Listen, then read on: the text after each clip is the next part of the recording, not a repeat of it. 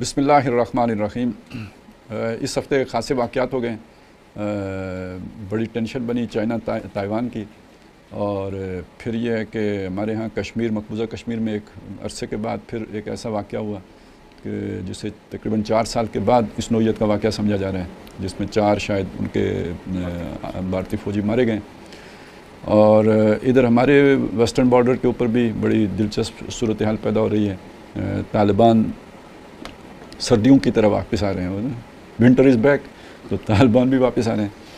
और यहाँ पे भी कोई इस तरह का इनकाउंटर हुआ है, और कुछ मेजर साहब किसी की और कुछ डीएसपी साहब की जो है ना वो भी वीडियोस आई हैं। तो दूसरी तरफ हमारी सियासी हंगामा खेजियाँ अपनी तरफ हैं, यानी वो भी जारी व सारी हैं। शहबाज गिल साहब जो है ना वो गिरफ़्तार हो गए, जेल पहुँच गए, और माशी सतह पर कुछ शायद बेहतरी आई है, पहले से कुछ डॉलर नीचे आए हैं। तो ये सारी चीज़ें हैं जिन पर जो है गुफ्तगू करने की ज़रूरत है। तो शुरू अंदर से करें या बाहर से करें, ताइवान वाले इशू से शुरू करें या कश्मीर वाले इशू से शुरू करें, या फिर सवाद चलें। तो मेरा ख्याल ये है कि ताइवान ही से चलते हैं, ताइवान से शुरू ताइवान से चलते हैं। ठीक है ठीक है।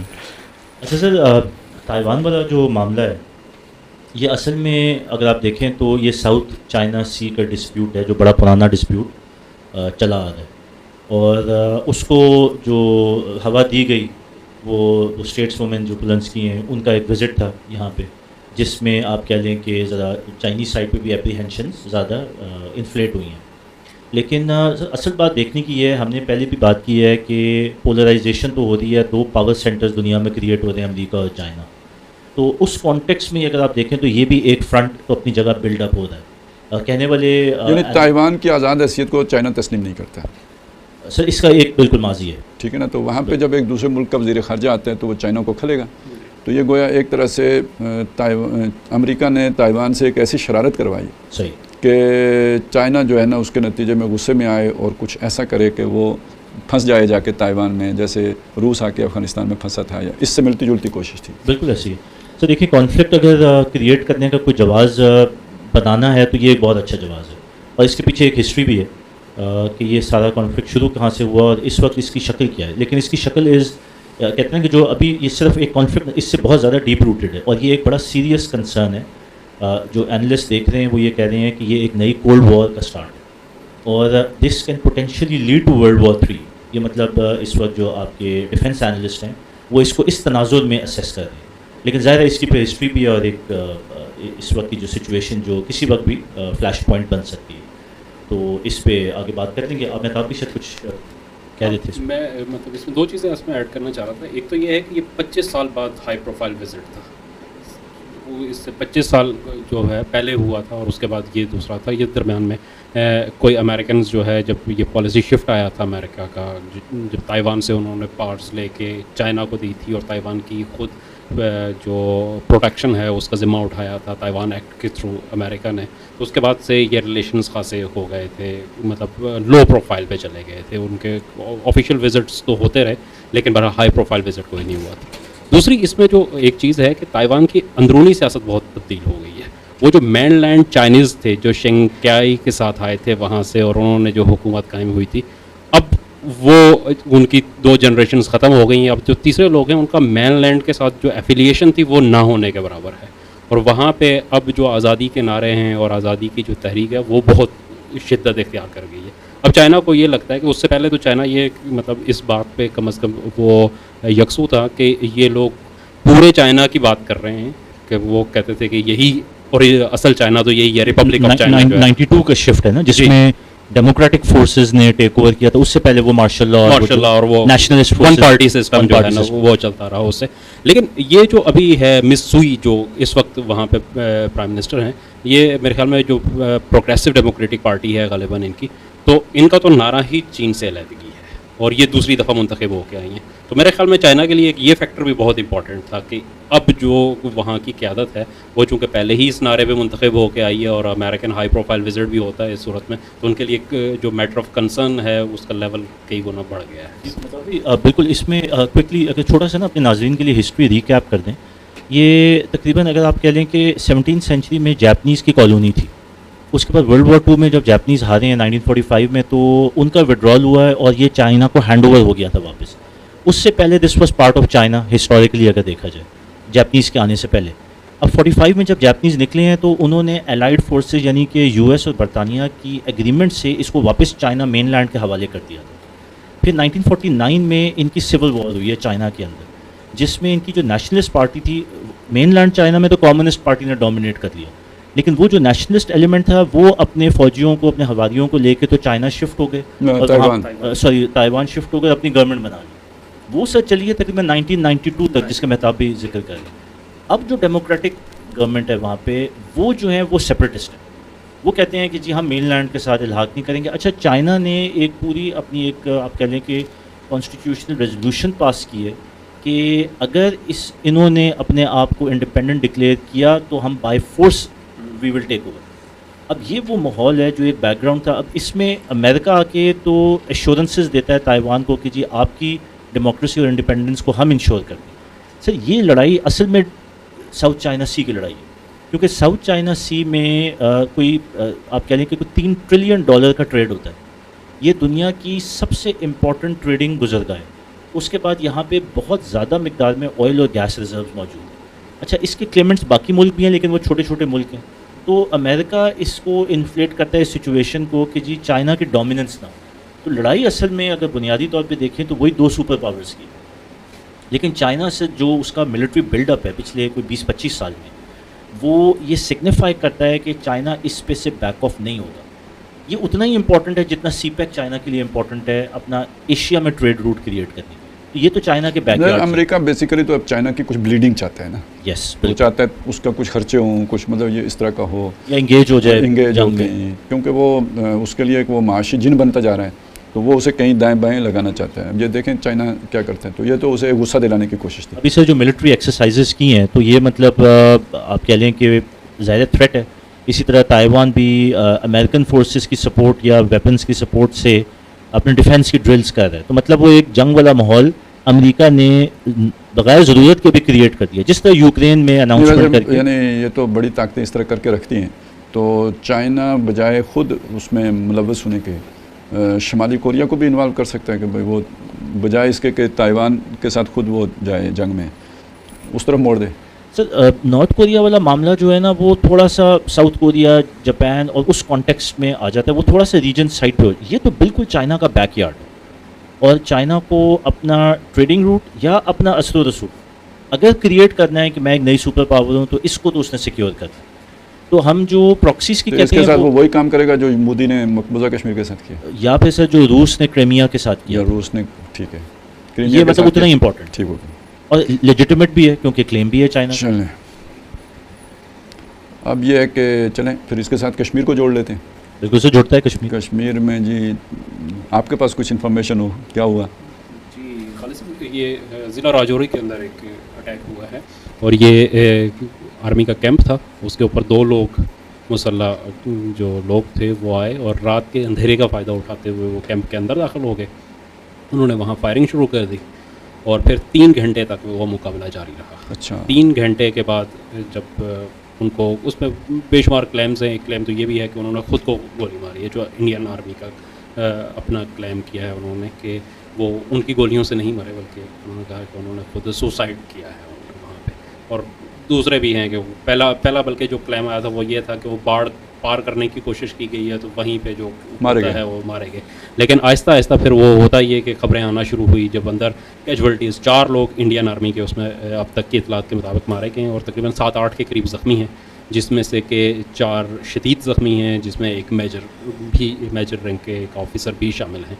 तो ये बहुत सजवाल आखिरी कैंप था, वो भी इसी रीजन में ही था, लेकिन जो क्या कहते हैं कि जिसके बाद से कोई इस किस्म का अटैक नहीं हुआ था। राह चलते हुए अम्बुश हो जाते थे किसी जगह आर्मी के ऊपर, या चंद लोगों को टारगेट किया जाता था, लेकिन इस तरह कैंप के अंदर घुस के ये 4 साल बाद पहला अटैक है। इसमें दूसरी चीज़ ये है कि ये पीर पंजाल रीजन में हुआ है और जम्मू सेक्टर के अंदर हुआ है, कश्मीर में नहीं हुआ। तो इसकी एक इम्पॉर्टेंस ये भी है कि जिस एरिया को वो सिक्योर समझते थे, वहाँ पे इस किस्म का हुआ।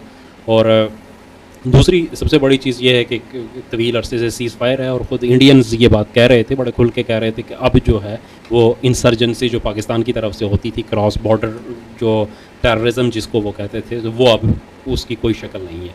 और ये मुकामी लोग हैं, मुकामी लोगों ने किया और इसका भी इल्ज़ाम उन्होंने लश्कर तैयबा के ऊपर दिया है, लेकिन वो कह रहे हैं कि ये लोकल एलिमेंट था लश्कर तैयबा का।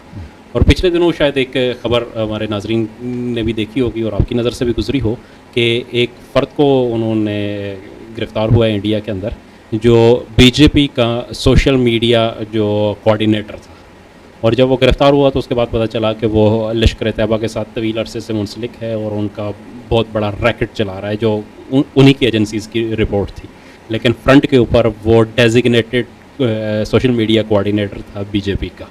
तो इस सूरत हाल ने खासा चकरा के रख दिया है कि वहाँ पे जो इंसर्जेंसी और काउंटर इंसर्जेंसी की जितने भी फोर्सेस काम कर रही थी उनके लिए, जैसे हमें वो तालिबान वाली जो मालूमात आती थी तो हमें चकरा देती थी, चकरा देती थी कि कहाँ से लोग निकल के आ रहे हैं और किस तरीके से हो रहा है। तो इस एक तो जो इनके बड़े क्लेम थे पिछले 3 साल में, चूँकि जो गुज़श्ता प्रोग्राम में हमने डिस्कस किया था कि 5 अगस्त के बाद से जो 2019 में इन्होंने किया था इकदाम, तो ये कह रहे थे कि अब तो हो जाएगी, पिछली जो हुकूमतों की सारी पॉलिसी थी वो फ्लॉप थी, अब हम नई पॉलिसी लेके आएंगे।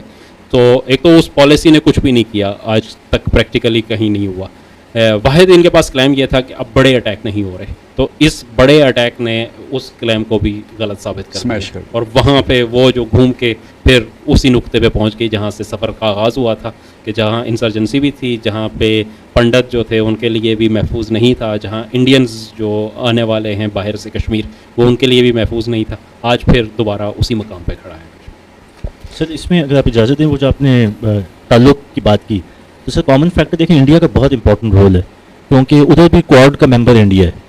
तो चाइना को के रास्ता रोकने के लिए या हालात को डिस्टेबलाइज करने के लिए इंडिया को एक रोल दिया गया है और अमेरिका ने दिया है। तो जाहिर है पे चाइना भी तो कुछ ना कुछ उसको काउंटर करने के लिए इकदाम उठाएगा। तो ये जो कॉन्फ्लिक्ट साउथ चाइना सी में बिल्डअप हो रहा है, इसके रिपरकशंस हम एक्सपेक्ट कर सकते हैं कि यहाँ पे आए। ठीक है। और शायद उसका हमारी डोमेस्टिक पॉलिटिक्स से भी ताल्लुक हो, क्योंकि कुछ अर्सा पहले से आपको याद होगा कि ये बात भी इंडियन साइड से आना शुरू हो गई थी, एप्रीहेंशन, कि ये जो अमेरिका का विड्रॉल हुआ है तो अब तालिबान जो है वहाँ से निकल के तो इंडिया की तरफ आएंगे। तो मतलब ये कुछ ना कुछ हम ताने बाने जोड़ सकते हैं कि इस रीजन में अगर आग लगाना मकसूद है चाइना कंटेनमेंट के उसमें, तो ये फिर सारी चीज़ें लिंकअप होती हैं आपस में। अच्छा, मैं खालिद साहब एक चीज़ और कैवान भाई ने नुक्ता उठाया तो मेरे जहन में आया कि ये भी बड़ा डिस्कस हो रहा है कि ये जो ताइवान वाला पूरा इशू था, इसके अंदर इंडिया जो है वो हैरत अंगेज़ तौर पे मुकम्मल खामोश रहा। एक लफ्ज़ जो है किसी इंडियन स्टेटमेंट में नहीं आया ताइवान के पूरे इशू के। ये मेसने वाली खामोशी तो नहीं है?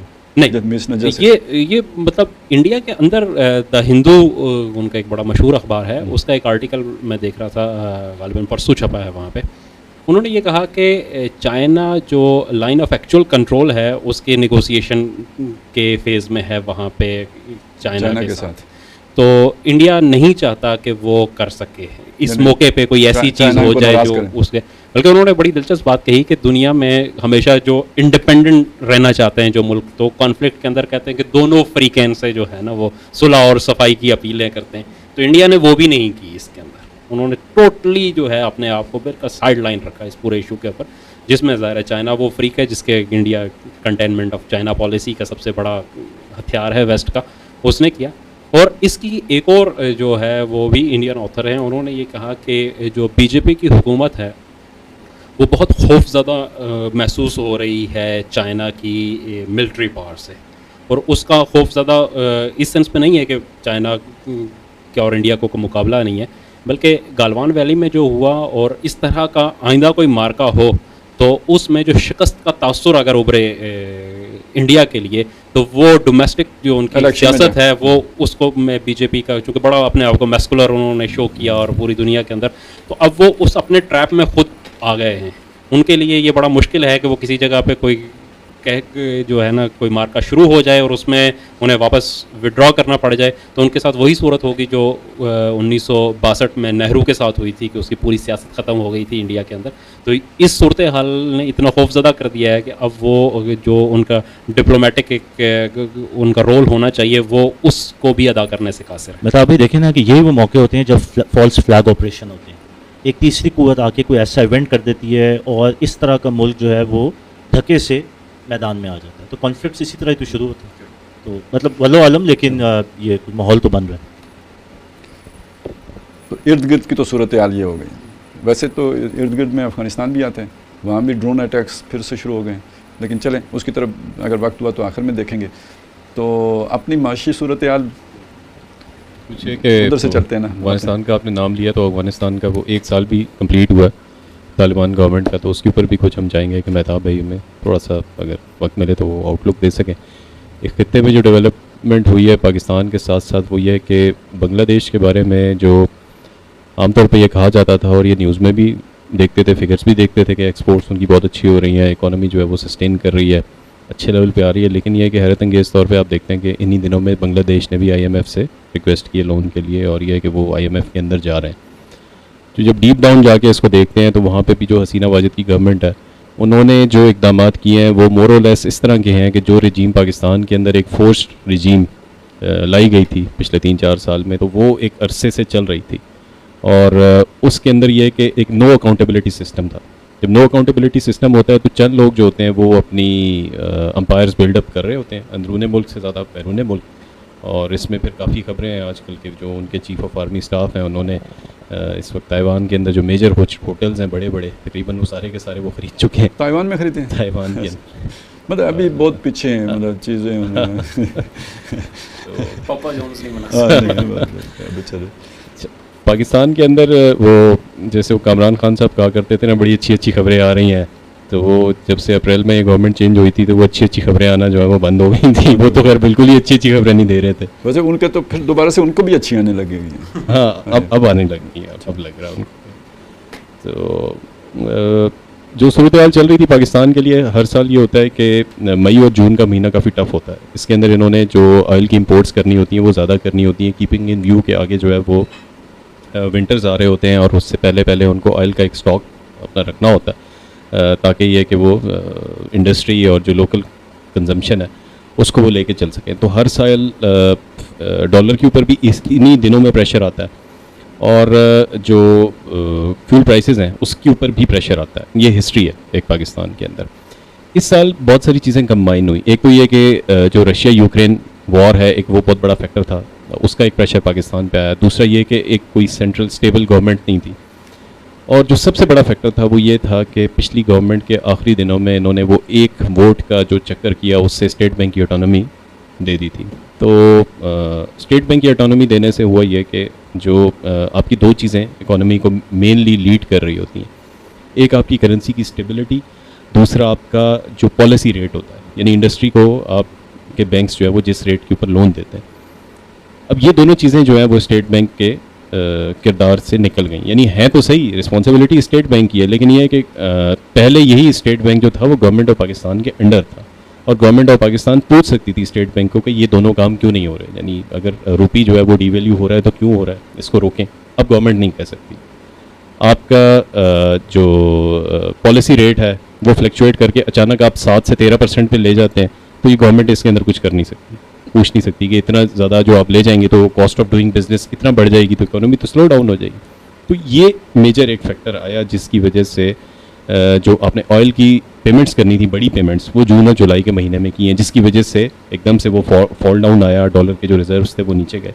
अच्छा, जब ये रिजर्व नीचे जा रहे थे तो उसके ऊपर कुछ लोगों ने इस अपॉर्चुनिटी को कैच करके यहाँ पे एक पैनिक की सिचुएशन क्रिएट करने की कोशिश की, और वो लोग जो हैं वो बड़े वेल नोन हैं। ये वही लोग हैं जो सोशल मीडिया के ऊपर ट्रेंड्स भी चला रहे हैं, और एक पाकिस्तान को ना होते हुए भी नाकाम रियासत के तौर पे या बनाना रिपब्लिक के तौर पे पेश करना चाहते हैं, और ये प्रूव करना चाहते हैं कि ये मुल्क बस जो है वो डिफ़ॉल्ट हुआ क्या हुआ। और अभी बल्कि ये कि इससे बढ़ के भी बड़ी अगली प्लानिंग्स इन्होंने की हुई थी कि जी फलाना म्यूज़ियम में फलाना चीज़ रखी हुई है, इसको उधर बेच देंगे, या ये तुम खरीद लेना, तो वो फलाना रोज़ वैलेट होटल जो है वो हम खरीद लेंगे, गिद्ध मुंतजर बैठे थे, यानी अपने फलानी एम्बेसी हम खरीद लेंगे। बस ये तो आज हुआ या कल हुआ। यानी अगर गवर्नमेंट हमें नहीं मिली या हमारे चाहने वाले उसको नहीं मिली जिसको हमने दूध पिलाया था, तो ये गवर्नमेंट तो दूर की बात है, ये मुल्क भी किसी को ना मिले। तो बहरहाल ये कि जैसे कि आप एक चीज़ देखें कि उस सिनारियो में भी इस बैठक में हमने बात की थी कि पाकिस्तान में ये जो मंजरनामा है ये रियलिस्टिक नहीं है, असल में पोटेंशियल बहुत है हमारा,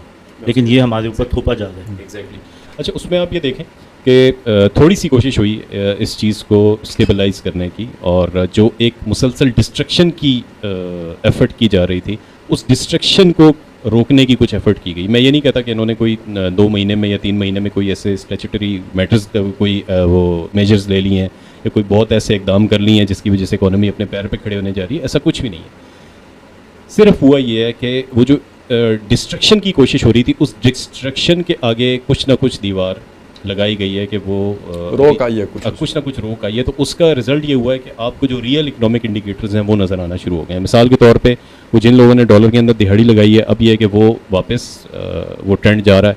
अभी ओपन मार्केट के अंदर जो है वो डॉलर लोग सेल करने के लिए जा रहे हैं, लेकिन ये है कि वो आगे करेंसी एक्सचेंज जो है वो उन्होंने लिख के लगाया हुआ है।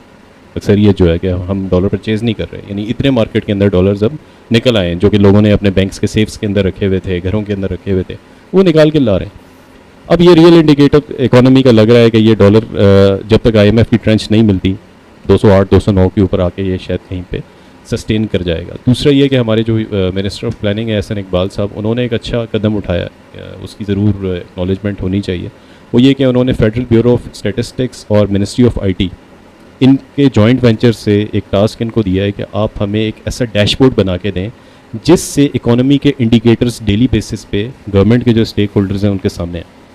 यानी गवर्नमेंट के जो भी स्टेक होल्डर्स हैं वो उस डैशबोर्ड पे डेली बेसिस पे चेक कर सकें कि हमारी एक्सपोर्ट्स की क्या पोजीशन है, इंपोर्ट्स की क्या पोजीशन है, हमारे रिजर्व्स किधर जा रहे हैं किधर नहीं जा रहे।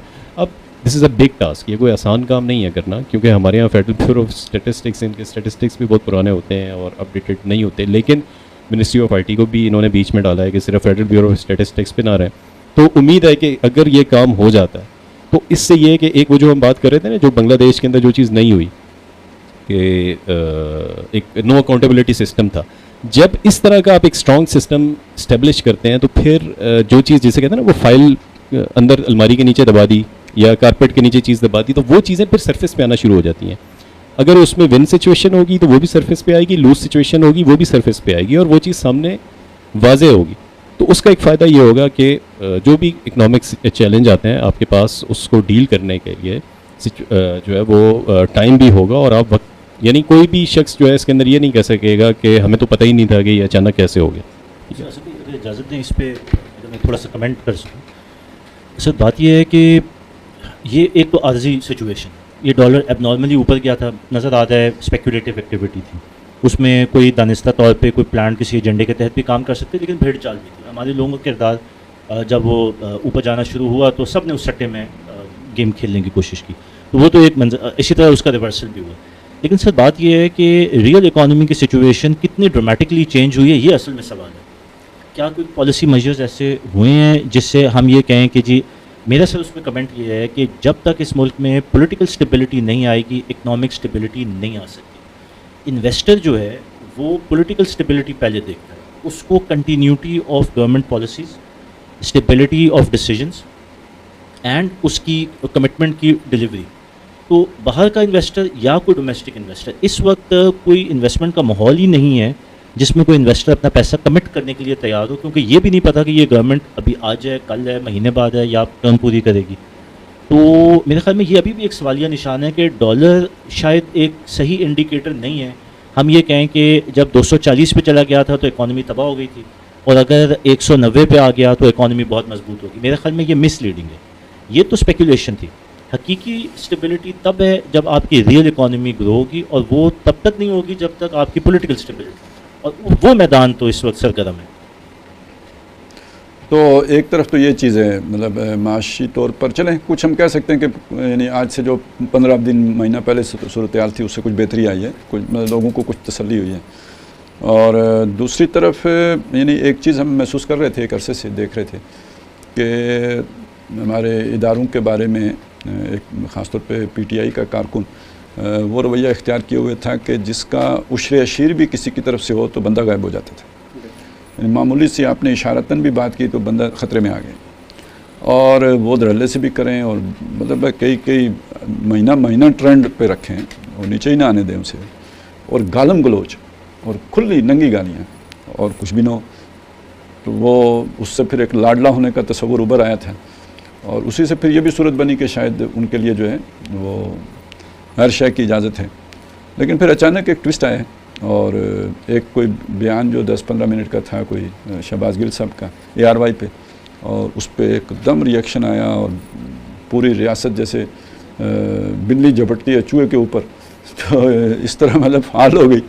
तो ये क्या चक्कर चला, ये हुआ क्या, ये किसने इस मुर्दे के अंदर जो है ना वो दम फूंका है कि इतनी एकदम हरकत पैदा हो गई।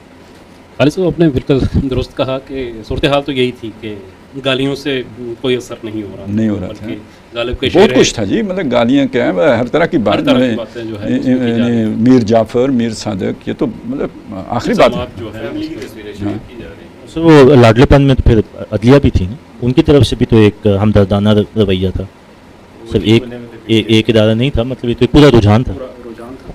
मैं वो कह रहा था कि गालिब के एक शेर है कि इतने शीरीं हैं तेरे लब हाँ। कि रकीब गालियाँ खा के भी बदमज़ा ना बदमज़ा ना हुआ। तो यहाँ पे भी वही सूरत हाल थी कि हाँ। वो और बदमज़ा नहीं हुआ। उनको मेरा नाम आए मतलब वो फिर भी अच्छा लगता है, बरसरे इल्ज़ाम ही आए तो सही, आए तो तो वो अच्छा लगता है ना। तो सूरत हाल कुछ ऐसी बदनाम अगर होंगे तो क्या नाम नहीं होगा। रोमांस जो है वो चलते चलते, लेकिन शहबाज गिल साहब ने जो किया वो मेरे ख्याल में कि रेड लाइन जो है वो, अगर जो भी आप मतलब जितनी भी टॉलरेंस दिखा दें तो वो होता है कि वो कहते हैं कि जब बिल्ली को भी अगर आप Enough is दीवार enough। से एनफ इज़ एनफ, जो बिल्ली को भी दीवार से लगा दें तो वो आखिर में झपट पड़ती है।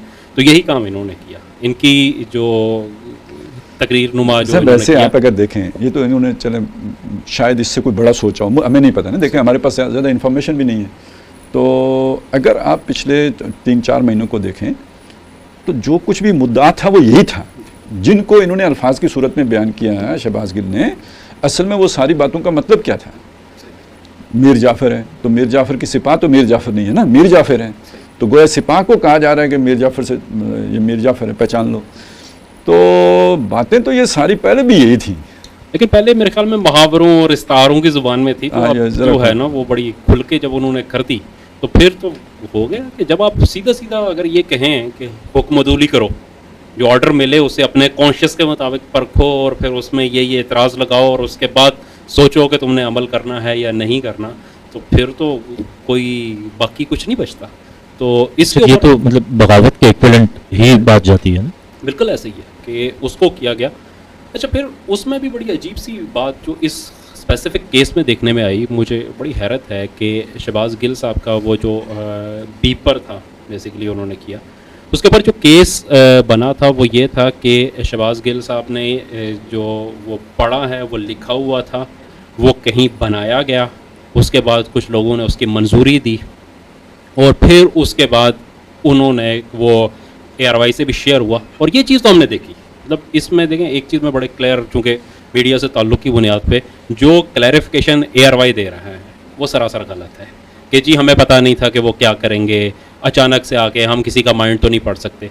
एक पिमरा की डायरेक्शन है कि आपने डिले के साथ चलाना है, वो 5 सेकंड 4 सेकंड 7 सेकंड का डिले लाजमी होता है, और जब डिले अगर कोई फ़र्क करता है, कोई ऐसी बात करता है, तो प्रोड्यूसर के पास स्विच होता है जिसको उसने प्रेस करना है और उसके बाद वो उसकी बात वहाँ से हज़फ हो जाएगी, उसके ऊपर पहले से कुछ स्लाइड्स कुछ चीज़ें बना के रखी होती हैं वो चलना शुरू हो जाएंगी और उसके बाद उसे नॉर्मलाइज कर दिया जाएगा। अगर ये चीज़ भी ना हो, मतलब हमने वो वक्त भी देखा जब ये डिले नहीं होता था, तो उस सूरत में क्या होता है कि जो एंकर्स बैठते थे ये उनकी रिस्पॉन्सिबिलिटी होती थी कि वो कोई ऐसी बात किसी को नहीं करना, अगर वो कर रहा है तो उसे इंटरप्ट करेंगे, उसे करेंगे, अगर वो करेगा तो उसका इस दौरान जो प्रोड्यूसर है वो माइक्स ऑफ कर देगा और वो आगे जो है ना वो प्रोग्राम नहीं चलेगा।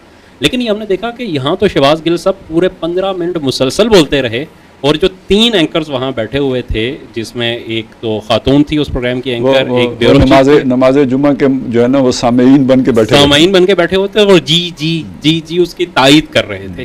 तो ऐसा नहीं होता, टेलीविजन ट्रांसमिशन के अंदर ऐसा कभी नहीं होता कि किसी बंदे ने कोई बात की है, एक तो कर सकता है, हो जाता है कि ये कई दफ़ा हमने देखा कि कोई लोग वल्गर गुफ्तगू भी शुरू की, लोगों ने गाली भी दी, लेकिन मेरा नहीं ख्याल कि शायद एक आध दफ़ा के अलावा मैंने किसी भी टीवी चैनल पे देखा हो कि वो चीज़ ऑन एयर चली गई हो, वो वहीं से कट हो गई, और वो अक्सर देखा होगा आपने टूं की आवाज़ आती है और वो ख़त्म कर दिया जाता है उसे।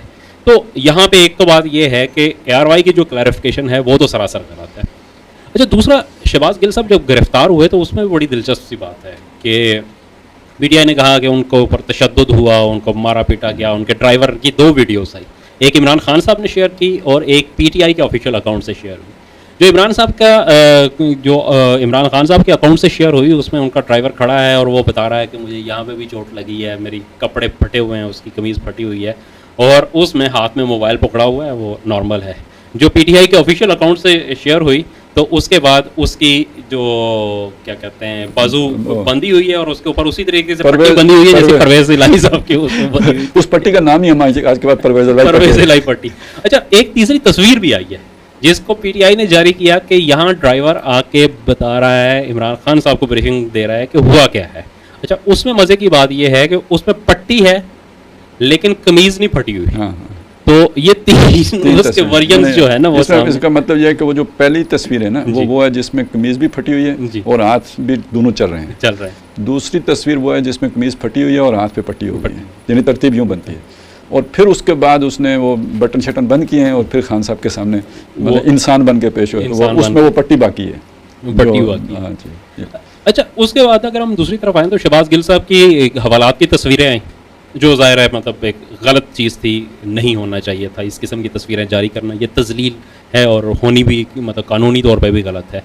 अच्छा, लेकिन जो बुनियादी मुकदमा कायम किया था कि ये एक पूरा प्लान था और इस प्लानिंग में जो लोग शरीक थे उसके हवाले से पुलिस ने कोई बरामदगी नहीं की। आज जब दोबारा उनका रिमांड 2 दिन का रिमांड पुलिस के पास था, 2 दिन के रिमांड के बाद लेके आए तो उन्होंने उस सिलसिले में कोई एविडेंस, कोई चीज़ नहीं दी और इसी वजह से फिर गालिबन मजिस्ट्रेट साहब ने उन्हें जुडिशियल रिमांड पे जेल भेज दिया और वो इन्वेस्टिगेशन तो ज़ाहिर आगे चलती रहेगी। लेकिन यहाँ पे पुलिस पहले मरहले में जो उनका क्लेम था, एक तो वो चीज़ें जो उन्होंने गुफ्तगू की है वहाँ पे, उसमें तो वो खुद भी उससे इनकार नहीं कर रहे, तो वो ऑन रिकॉर्ड भी मौजूद है उसमें शहबाज गिल साहब।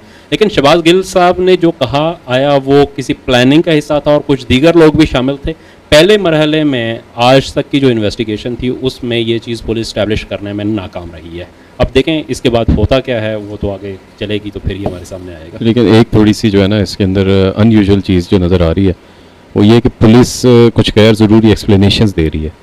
जैसे ट्विटर अकाउंट अगर आप देखें ना इस्लामाबाद पुलिस का, तो वो हर 2 घंटे बाद अपडेट देते हैं कि जनाब हमने मेडिकल करा लिया, इनका मेडिकल बिल्कुल ठीक आया है, कहीं निशान नहीं है जिस्म पे। फिर 2 घंटे बाद अपडेट होते हैं कि जी हमने इनको बड़े अच्छे तरीके से रखा हुआ है, तफ्तीश जो है वो आइन के मुताबिक कर रहे हैं, कोई हुकूक की पामाली नहीं हो रही।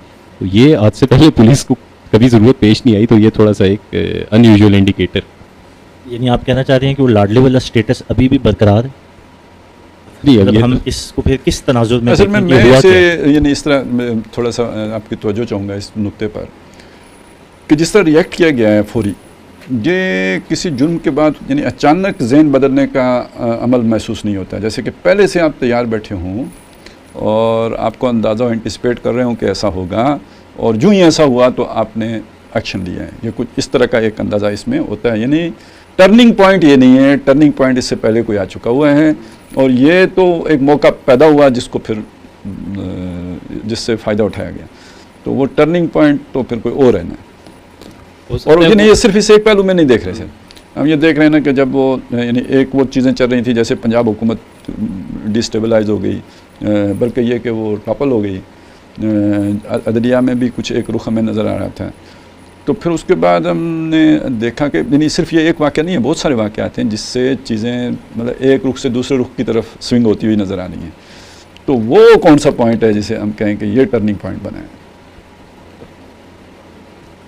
तो वैसे इस को हम जोड़ सकते हैं जो इससे पहले आपने भी एक मंजर कशी की है कि ये जो एक तसलसल बिल्ड हो रहा है, इसके मंतकी अंजाम ये भी हो सकता है कि सारी डेमोक्रेटिक पार्टीज़ जो हैं वो पिक्चर से आउट हो जाए और एक नया सेटअप आए, एक नए शायद कॉन्स्टिट्यूशन के साथ, जिसको आपने कहा कि पॉसिबली टेक्नोक्रेट्स की गवर्नमेंट भी हो सकती है।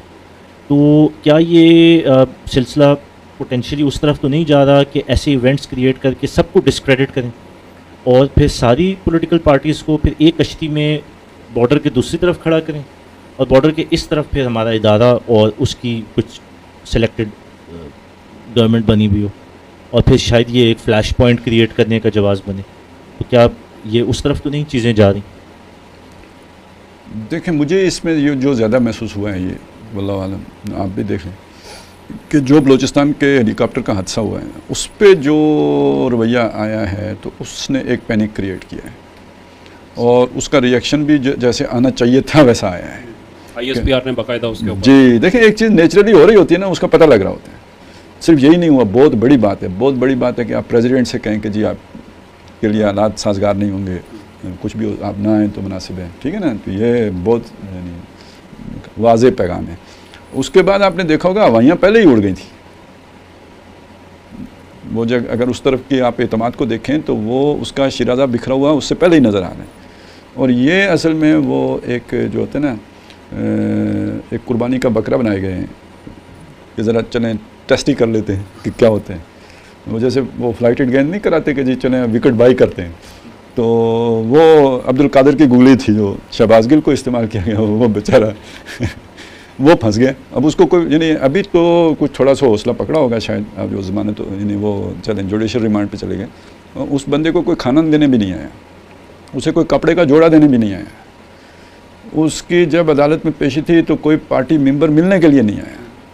तो इस तो नहीं, वो तो उसका एक रद्द-ए-अमल आया है, तो उसके नतीजे में फिर लोगों ने जो है ना वो की है इस तरह की बात। दूसरी पेशी पे गए, पहली पेशी पे कोई नहीं गया। तो ये उस जो आवाज़ बाख्ती थी उसकी अलामत है कि वो इसकी तवक्को नहीं कर रहे थे कि इतना शदीद रद्द-ए-अमल आएगा। तो उन्होंने ये एक गुगली डाली थी और उसको जनाब विमन रिचर्ड ने उठा के बाहर फेंक दिया। अच्छा खालिद साहब, इसमें कुछ चीज़ें और भी बड़ी मज़ेदार। इमरान खान साहब ने इसके बाद जो प्रेस कॉन्फ्रेंस की तो उन्होंने वीडियो क्लिप्स चलाए कि फलां भी ये कहता रहा, फलां भी ये कहता रहा। ये कोई जवाब है? अच्छा, और एक तो ये ज़ाहिर है बहुत बच्चेदाना हरकत है कि आप कहें कि फलां ने भी किया था, फलां ने भी ये किया भी था। उसी आवाज़ बाख्ता होने की आवाज़ बाख्ता होने की। और मज़े की बात यह है कि खान साहब के अपने क्लिप्स भी मौजूद हैं जो इनसे कई गुना ज़्यादा शदीद हैं। हाँ। तो अगर आप ये बात कहें कि उनको पकड़ें तो फिर इसका मतलब है खान साहब खुद को भी पेश कर रहे हैं कि भाई मुझे भी पकड़ें। जो बातें खान साहब ने की हुई हैं वो तो किसी और ने नहीं की। मतलब जो हमारे यहाँ मोस्टली तनकीद जो फ़ौज पे होती रही है वो 2-3 चीज़ों के ऊपर रही है। एक तो ये है कि फ़ौज के सियासी किरदार को हमेशा से जो तनकीद का निशाना बनाया जाता रहा है। फ़ौज के जो कारोबारी प्रोजेक्ट्स हैं उनके ऊपर बहुत ज़्यादा तनकीद होती रही। और तीसरी जो चीज़ थी वो इस पे होती रही कि जो फ़ौजी अफसरान रिटायरमेंट के बाद या रिटायरमेंट से पहले सिविल इदारों के अंदर आके दोबारा से नौकरी करते हैं उसको तनकीद का निशाना बनाया जाता है। इसके अलावा जो भी तनकीद हुई है वो अफराद पे हुई है, बहैसियत इदारा कभी नहीं हुई। तो मतलब खुद नवाज शरीफ साहब ने पिछले दिनों में जितने भी वो किया था तो उसमें वो मेरे ख्याल में लोगों के नाम लेने के साथ साथ भी वो अपने आप को जो है ना बैलेंस करते रहे कि इंस्टीट्यूशन से हमारी जो है ना वो है।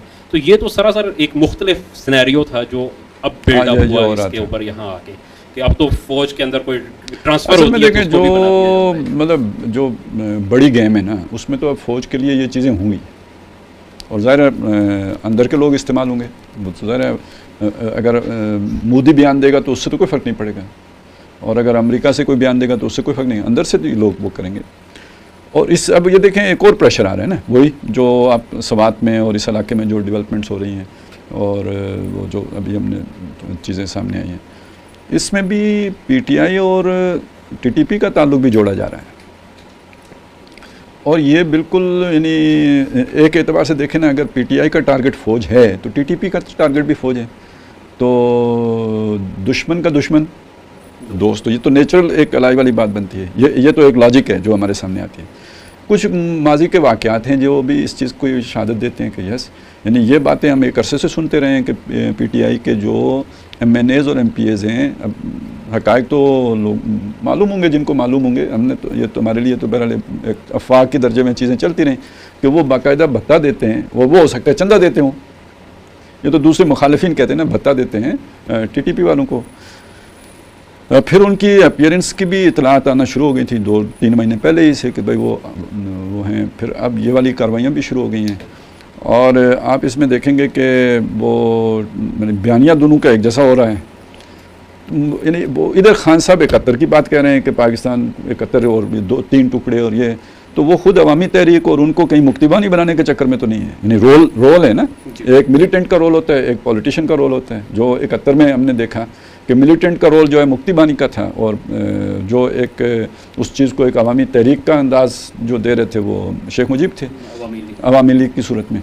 तो अब बहरहाल KPK में इमरान खान की फॉलोइंग अब भी यानी ठीक ठाक है, लोग उनकी यानी वोट बैंक है, सारी बात है। और साथ अगर वो मिलिटेंसी भी आ गई वापस तो फ़ौज के लिए ज़्यादा मुश्किलात नहीं पैदा हो जाएंगी।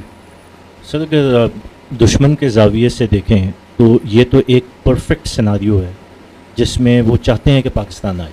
अच्छा, एक बात मेरी रह गई, एक एंगल बताना जी कि ये बातें हमने 2007-8 में सुनना शुरू की थी कि जी अमेरिका अफ़गानिस्तान के मसले का भी ये हल सोच रहा है कि पर्शियन जो है ना हिस्सा उसे अलहदा कर दिया जाए, जो फ़ारसी बोलने वाले हैं, और जो पख्तून बोलने वाले हैं उनको अलहदा करके और पाकिस्तानी पख्तून बर्ड मिला के ग्रेटर पख्तूनिस्तान बना दिया जाए। और एक तो ये चीज़ हमने अफ़गान हल के एतबार से सुनी थी, और दूसरा इस एतबार से सुना था कि जी पाकिस्तान की भी बल्कनाइजेशन के प्रोग्राम, नया जोग्राफिया, मशरक़ वस्ता का भी नया जोग्राफिया और इस खिते का भी नया जोग्राफिया, उसमें कभी 4 हिस्से करने की बात आती थी, अब खान साहब 3 हिस्से करने की बात कर रहे हैं, 5 हिस्सों की बात एक दौर में चली थी। तो उसमें पहले वो डेट मुकर्रर हुई थी 2015, फिर 2020, अब 25 की बात सुन रहे हैं। तो इसको भी ज़रा साथ सामने रखें कि अमरीकी मंसूबा भी तो है ना आखिर वो। तो बिल्कुल ये फैक्ट है, और ये रैंड कॉरपोरेशन की एक रिपोर्ट थी जो कि लीक हुई थी, और ये ज़ाहिर है हमारे भी जो इदारे जो ज़िम्मेदार हैं इस सारे मामले के, उनके लिए बड़ी ये तशवीश की बात थी कि इस लेवल की प्लानिंग है कि पाकिस्तान को 4 हिस्सों में तोड़ेंगे। वही आपने जैसे कहा कि अच्छा, ये तो इनकी नालायकी है अगर इनको नहीं पता था, इसलिए कि देखें जब 2001 में यानी इधर अफ़गानिस्तान, फिर इराक़ का मामला भी हो गया था, उसके बाद वो जर्नल पता नहीं ज़ैनी था या क्या नाम, मुझे अब नाम ज़हन से निकल गया, तो उसने ये बात कही थी कि पाकिस्तान और सऊदी अरब, बिल्कुल क्लियर वर्ड्स में ये बात थी, मुझे अभी तक उसी तरह याद है कि पाकिस्तान और सऊदी अरब जो हैं ये इराक़ और अफ़गानिस्तान नहीं है, इन्हें और तरीके से टैकल करना पड़ेगा। तो इसका मतलब हदफ हैं, ये नहीं कि हम इनको यूं ही छोड़ देंगे, हदफ हैं, और हदफ क्या है, जो इराक़ के साथ किया, जो अफ़गानिस्तान के साथ, लेकिन तरीका मुख्तलिफ होगा। तो ये मतलब इनको वो दोस्ती के दिन से डॉलर आ रहे थे, तो शायद इसमें तो मेरे ख्याल में कोई डाउट नज़र ही नहीं आता कि दुश्मन कौन है और दुश्मन की साजिशें किस तरह चल रही हैं। और वो हमीद गुल वाली बात भी ज़हन में रखिए जी बिल्कुल कि 9/11 बहाना, अफ़गानिस्तान ठिकाना और पाकिस्तान निशाना। अच्छा सर, जो बलूचिस्तान में सारी कार्रवाई हुई है उसमें ये नॉन फैक्ट है कि यही सारी एजेंसीज डिस्टेबलाइज करने के पीछे थी, और ये हम 10-15 साल से ये चीज़ मुसलसल सुन रहे हैं। अब सर बात ये है कि ये जो सारा माहौल है इस पे तो फिर ये चीज़ काफ़ी क्लियर होती है कि the target is Pakistan army and ultimately Pakistan, क्योंकि ये जो पूरा बयानिया बनाया जा रहा है जिसमें बगावत पे भी उकसाना, ये तो फ्रस्ट्रेशन थी ना कि आप डायरेक्ट खोल के आके बात करना शुरू हो गए, लेकिन किसी ने किसी स्टेज पे ये बात तो करनी थी क्योंकि वो एक माहौल और एक माइंडसेट तो बनाया हुआ है। तो ये जो इस पूरे पॉलिटिकल स्पेक्ट्रम की जो डायरेक्शन है ये बहुत ख़तरनाक है इदारों के लिए भी। और असल में मैं वो जो जिसको टर्निंग पॉइंट कह रहा हूँ, तो कोई इस तरह की तो स्मेल नहीं हुई है इदारे के अंदर चीज़ें, यानी ये जो हम तो एक गस वर्किंग कर रहे हैं, तो वहाँ पे तो बड़ा इतलात का भी पूरा निज़ाम है। सर सवाल ये है कि फिर वो लाडले वाला स्टेटस एकदम कैसे चेंज हो, मैं इसी तरह की कोई चीज़ मिल गई हो। वैसे एक चीज़ मैं और कमान भाई कि क्या स्टेटस चेंज हुआ है? हाँ, ये अपनी जगह पे एक सवाल है। ये क्योंकि देखें जो शहबाज गिल साहब को जिस तरह एक मजिस्ट्रेट ने आज जुडिशल किया वो बड़ा हैरत अंगेज़ है। देखिए यहाँ छोटे छोटे केसेस के अंदर लोगों को 4-4, 5-5 बार रिमांड दिया जाता है और वो हफ्तों पुलिस की कस्टडी में रहते हैं, और यहाँ तो एक पूरी लिस्ट है और सारे जो मतलब पिनल पाकिस्तान पिनल कोड के वो तमाम आर्टिकल्स जो एक्सट्रीम जिसके अंदर पनिशमेंट हो सकती है वो सारे के सारे लगे हुए हैं, और उसके 2 दिन के बाद ही एक और अच्छा उसकी मुद्दई भी स्टेट ऑफ पाकिस्तान है, रियासत पाकिस्तान, एक मजिस्ट्रेट की मुद्दईयत में ही वो केस दर्ज किया गया है, और उसमें 2 दिन बाद एक ड्यूटी मजिस्ट्रेट पुलिस को रिमांड देने से इनकार करता है और उनको जुडिशल भेज देता है, यानी कि वो कैपेबल हो गए हैं ज़मानत लेने के लिए। तो इसके बाद ये बात सवाल जो है वो बहरहाल सामने आता है कि क्या वाकई लाडले वाला स्टेटस ख़त्म हुआ है या अभी बरकरार है? ज़ाहिर है अगर अमेरिका भी इन्वॉल्व है तो फिर यह है कि यानी एक्टर्स तो मुख्तलिफ भी होते हैं ना, तो कभी दाएं कान में कोई वही आती है, कभी बाएं कान में कोई वही आती है, तो फिर तो वो जो the real game is intact, ये इसका बिल्कुल पॉसिबिलिटी है जिसकी तरफ आपने मतलब इशारा किया। अगर वो इंटैक्ट है तो वो जो लाडले वाला स्टेटस था उसमें ये प्रोविज़न थी कि आप गालम गलोच करें, उसमें कहीं मिसफायर हो गया। मिसफायर के लिए डैमेज कंट्रोल करने का तरीका ये था कि एक बंदे की थोड़ी सी कुर्बानी दे दें, आर्जी कुर्बानी। लेकिन फिर ये है कि स्टेटस अगर बरकरार है तो ये पैसिफाई करने के लिए तो ये काम किया आपने कि रिएक्शन दिखाया आपने, लेकिन इसका मतलब है कि फिर things will go back to normal. लेकिन ये जो बैक टू नॉर्मल वाला है, ये तो फिर एक बिगर एजेंडा ही अपनी जगह डिप्लॉय है। नहीं, नॉर्मल नहीं सर। असल में मसला ये है कि ये इस वक्त एक तरह से उनको बचाने की भी बात हो सकती है। वो लोग जिनका वो एसेट है, नॉर्मल एज लाडले वाला स्टेटस नॉर्मल, मैं वो कह रहा हूँ कि बैक टू लाडला स्टेटस। सर वो मेरा ख्याल है कि बतौर इदारा वो अब स्टेटस कभी बहाल नहीं होगा, वो चीज़ तो ख़त्म हो गई है। लेकिन जिन्होंने लॉन्च किया है उनके लिए तो एसेट हैं, वो उसको प्रिजर्व रखने की अपनी हर मुमकिन कोशिश करेंगे, और जो जो भी उनके जहाँ जहाँ भी राब्त हो सकते होंगे फैसिलिटेशन वहाँ पे की जाएगी। तो बहरहाल ये तो चीज़ें आइंदा अनफोल्ड होती रहेंगी। एक होता है ना जो कलेक्टिव विल होती है, एक कलेक्टिव डिसीजन होता है, वो तो इदारों का मतलब वो हो जाता है और उसके बाद उसके अगेंस्ट नहीं जाया जा सकता। यानी ये कोई उस तरह की तो चीज़ होती नहीं कि एक आदमी ही हो। ठीक है, हम समझते हैं कि एक आदमी होते हैं, लेकिन बहरहाल एक पूरा एक बॉडी और फिर उसकी एक कलेक्टिव थिंकिंग भी होती है, और जब एक परसेप्शन बन जाती है तो उस परसेप्शन के अगेंस्ट किसी बड़े बंदे के लिए भी जाना इतना मुमकिन नहीं रहता। और ये मतलब कुछ चीज़ें हुई हैं इस दौरान के जिसने एक परसेप्शन बनाई है, और वो उसकी वजह से ही ये सब कुछ थोड़ा बहुत भी अगर करना पड़ रहा है तो उसकी वजह से करना पड़ रहा है। तो वो परसेप्शन इतनी सी बात से बदल नहीं जाएगी। तो बहरहाल पाकिस्तान के लिए ख़तरात बहुत हैं, अभी कुछ ख़तरे से निकला नहीं है। वो जैसे डॉक्टर बताते हैं कि जी अभी आपका पेशेंट कुछ बेहतर हुआ है लेकिन ख़तरे से निकला नहीं है, तो ऐसी ही सूरत हाल है जिससे हम दो चार हैं। ख़ित्ते की सूरत हाल भी उसी रुख पे जा रही है। अगर आप अमेरिका चीन वाला वो जो हम थीसिस लेके चल रहे थे उसको भी देखें तो ये अब चीन के लिए भी अहम है और अमेरिका के लिए भी हमारा वो जो है ना वो है। कंटेनमेंट अगर चाइना की करनी है तो हमें डिस्टेबल करना होगा। तो ये सारी चीज़ें मिलकर पाकिस्तान के लिए अगले 1-2 साल अभी ख़तरे से बाहर होने वाले नहीं हैं, और बहुत बड़े बड़े ख़तरात हैं। अल्लाह ताला से दुआ है कि पाकिस्तान की हिफाजत फरमाए, और वो हिफाजत बहरहाल अगर वो अपने नज़रिए की तरफ लौट जाए तो एक झटके में सारे मसाइल हल हो सकते हैं। नहीं तो ये तो परेशानियाँ इसी तरह रहेंगी और मसाइल भी इसी तरह रहेंगे। तो अल्लाह ताला सबकी खैर करे, हिफ्ज़ व अमान में रखे। इंशाल्लाह अगले हफ्ते फिर बैठेंगे और जो भी खैर के इवेंट्स हुए उनको ज़ेरे बहस लाएंगे। शर से अल्लाह ताला बचाए।